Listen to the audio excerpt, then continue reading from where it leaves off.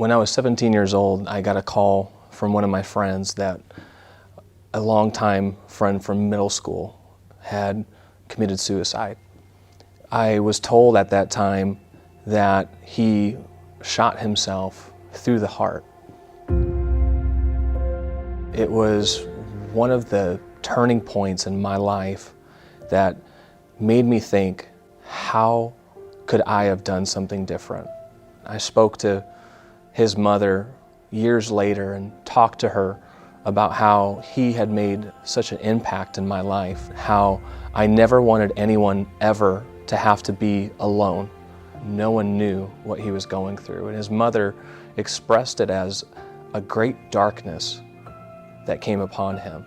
We believe that we can be the light in the midst of the darkness. God has a plan for every single person that's here on earth, and we want to make a difference here in the Chicagoland area, but also the world. As a church, International Christian Fellowship is entering into one of the most exciting seasons that we have ever seen. In 1996, we came to Chicago and started in our living room. Since then, the Lord has expanded ICF into many different locations all throughout the Chicagoland area. Our vision here is to love God, love people, and to change our world. And here are some ways that we believe we are going to impact our community. There's a major need for quality Christian education. We're being told what we must teach our kids by the school system right now. And anybody that cares about Christian morals or Christian values knows that we're being attacked. We have a space that has already been a school for years. Historically, there was over 2,000 kids that attended this school. However, it's in shambles now, and there's something new that is ready to be birthed there.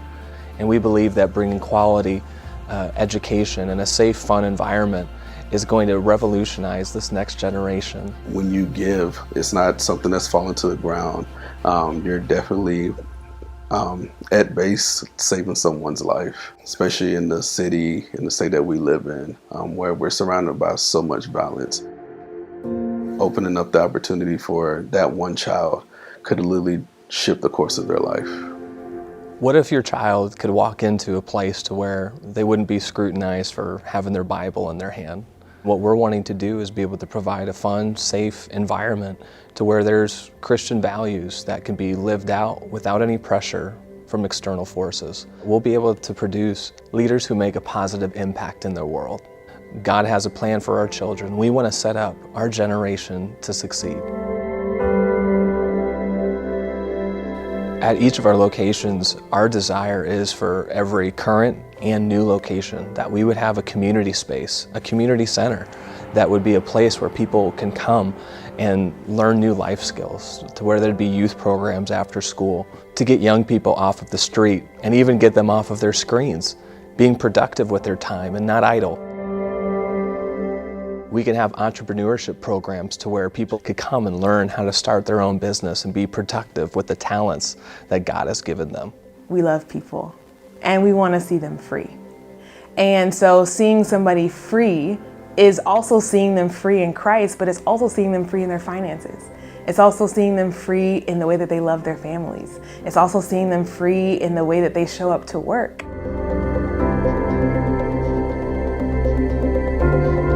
It's reported that 1 in 6 children suffer with mental health or behavioral disorders. So we see the need for assistance with mental health from a Christ-based approach.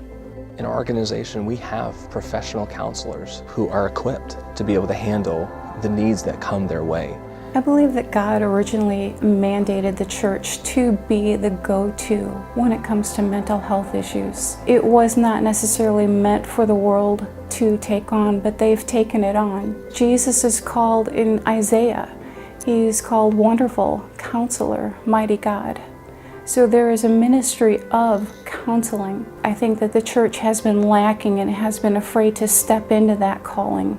There's such a desperate need for Christian counselors in this day and age, not to just cope, but that there's actual healing, there's actual hope and restoration for people.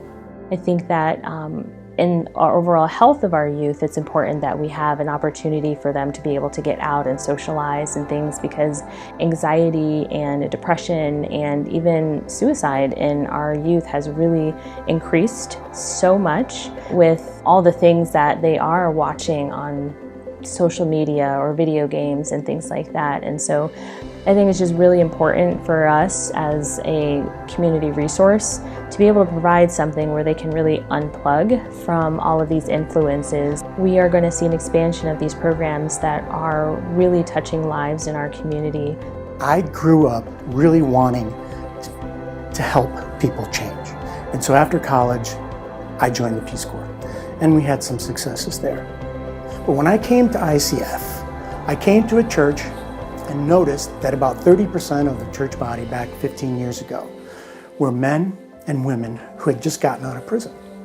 They were married and had families, they had jobs, they were participating in the church, they were ministers in the church. And through the years that I had been doing help, I had never seen such profound change.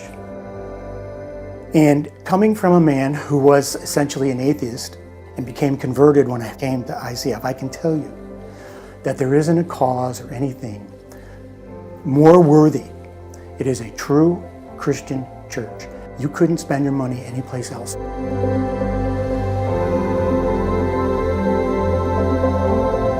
Thank you for engaging in the mission. You could partner with us at chicagoonfire.org. Together we can change our world. Thank you so much for your gift. Thank you for your gift. Thank you for your gift. Thank you for your gift. Thank you for your gift. Thank you for your gift.